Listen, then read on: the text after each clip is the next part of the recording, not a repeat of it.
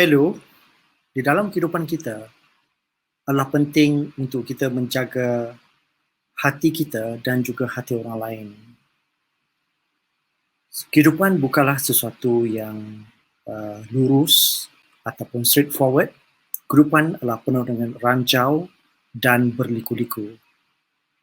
Di dalam kehidupan yang begini, kita kena bijak menjaga hati kita dan juga yang penting menjaga hati orang lain.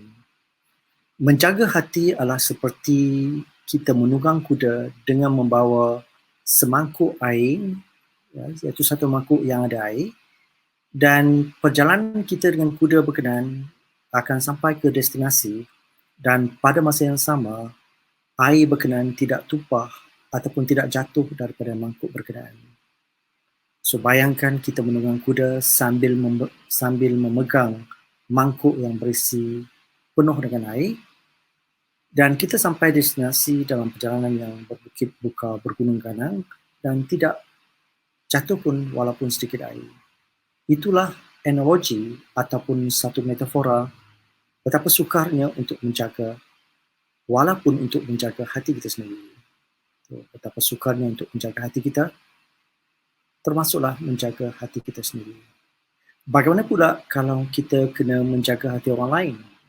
Dia adalah seperti ibarat menunggang kuda dengan membawa dua mangkuk yang penuh berisi air.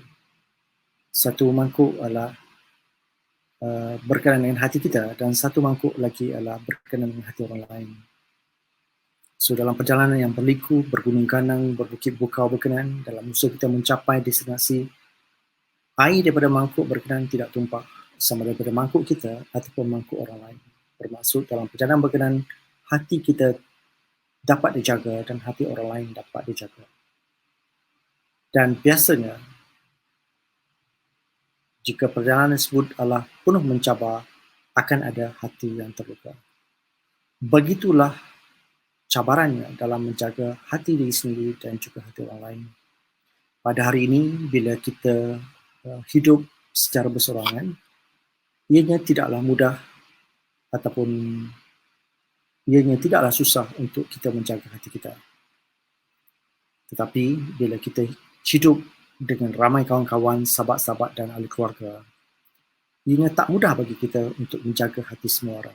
Ibarat menunggang kuda, kita membawa begitu banyak mangkuk yang berisi air untuk sampai kepada satu destinasi dan kita mahu tidak setitik pun air tersebut tumpah daripada mangkuk berkenaan. So bersabarlah, berhati-hatilah bila kita berurusan dengan orang lain sebab ianya mudah untuk melukakan hati orang berkenaan. Terutama sekali bila kita ramai kawan, kadang-kadang kita jaga hati seorang kawan mungkin akan memberi kesan kepada hati orang lain. Bermaksud ada orang lain yang terluka. So salah satu cara dalam kita mengatasi ataupun dalam kita untuk menjaga hati orang lain adalah sentiasa berhati-hati, sentiasa sedar tentang apa yang kita buat, sentiasa melihat respon-respons daripada orang berkenaan, seperti mana kita bawa kuda tadi, menunggang kuda tadi, sambil kita menunggang berkenaan, kita memerhati bagaimanakah air di dalam mangkuk berkenaan. Bila air tersebut dah mula berkocak, kita mula memperlahankan kuda kita supaya air berkenaan tidak tumpah. Jadi, bila kita berbual dengan kawan kita, bila kita nampak kawan-kawan kita dah mula berubah sikit wajah mereka, maka segera berhati-hati. Mungkin ada satu dua patah perkataan yang telah pun menyebabkan hati mereka terluka. Itulah satu analogi dalam menjaga hati. Bukan setakat menjaga hati orang lain, tetapi juga dalam menjaga hati kita.